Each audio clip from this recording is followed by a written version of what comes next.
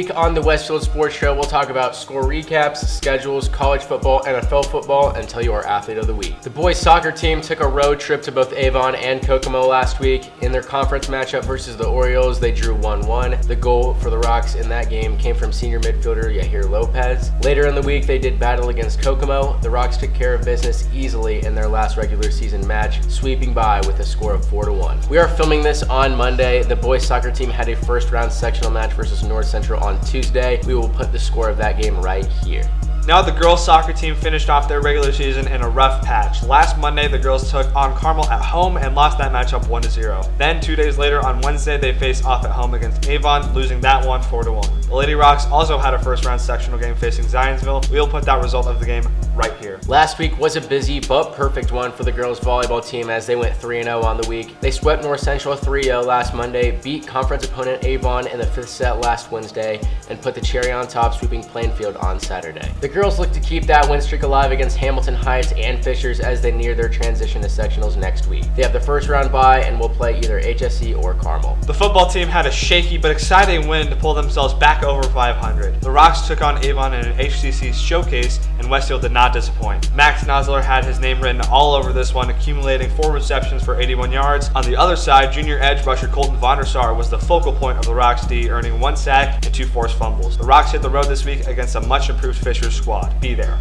Collegiate football in Indiana was nearly perfect this weekend. Purdue took an upset win over 20th ranked Minnesota 20-10. The Boilermaker defense had a litany of turnovers and in general was overpowering the Golden Gopher offense all day. IU took a road loss over Nebraska, no shock there, but by far the most entertaining game was the Ball State game. And this gets my college football game of the week. At one point down 24-7, the Cardinals clawed back and won in double overtime 44-38. John freaking Paddock completed 40 passes for 403 yards and 3 touchdowns. That secured Ball State's second win of the season and an electric one at that. Now let's turn our focus to the NFL. On Sunday, your Indy Colts took a tough divisional loss to the Tennessee Titans at home. The Colts defense could not stop Derrick Henry in what was a game that Henry had taken over by the second quarter. The Colts O-line looked the worst it's been ever since Andrew Luck's retirement. Jonathan Taylor might be the most overrated player in the NFL, only averaging a sorry 2.1 yards per carry against the Tennessee defense, who has proven nothing yet this year. The Colts could be in trouble moving forward this season. Zach Wilson made his return against the Steelers on Sunday after having an ACL tear scare in the preseason. In his regular season debut, Wilson led the Jets to a stressful 24-20 victory. The Jets dug into their deep bag of tricks to find Wilson for a receiving touchdown in the red zone on the Philly. Jets rise to 500 and Pittsburgh falls to 1-3. The NFL opened up a 9 a.m. London game this week featuring 2 somewhat talented squads. With the Vikes up 25-22, Saints kicker Will Lutz drilled a 60-yarder to keep hopes alive for New Orleans. Minnesota stomps down the field in the next drive of the game. The Saints defense got a stop, but it was in field goal range. Vikings kicker Greg Joseph nailed the 47-yarder to put them up 28-25 with just 24 seconds remaining. Saints backup QB Andy Dalton had to make a play for the Saints, and he did just that, sending a prayer down the field to rookie wide receiver Chris Olave to set them up in field goal range with 10 seconds remaining. On stepped Will Lutz yet again, this time facing a 61-yarder. The kick had the distance, but Lutz double doinks the field goal, ending the game with the Vikes coming out on top 28-25. Quick little MLB update here. Some of you may or may not know the MLB postseason is coming up next week and the playoff teams have largely been set. While recording, the Astros, Mariners, Yankees, Blue Jays, Rays, and the Guardians are all the AL playoff teams. The Mariners broke a 21-year playoff drought this year and the Blue Jays come back into playoff contention for the first time since Bautista was there. The NL lineup is mostly set, but as of recording this, there is still one division not yet set, that being the NL East, home of the best team in baseball, the Atlanta Braves. But after their weekend sweep over the Mets, their hopes to win the division are high because they just need one win over the Marlins. The Braves at one point were down 12.5 games to the Mets, but have crawled their way back into a strong division lead. The other playoff teams in the NL that are locked in are the Dodgers, Padres, Mets, and Cardinals. The Brewers are still mathematically in contention, but a lot would have to happen for them to slide in instead of the Phillies. You said that would be a quick update.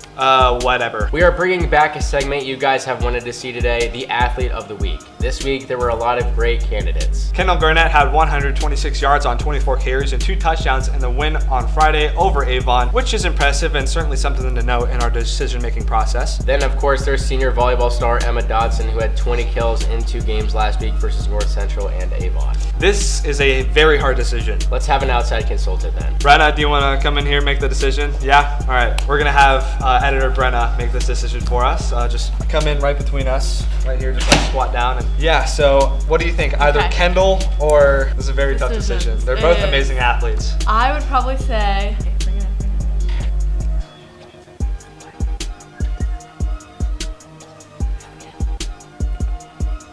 All right, break. All right. We have picked Emma Dodson. She's done pretty good this season, very good this season, and she's certainly a leader on the volleyball team. So congratulations, Emma. And that's all from us. Stay breezy and go Rocks. Go Rocks.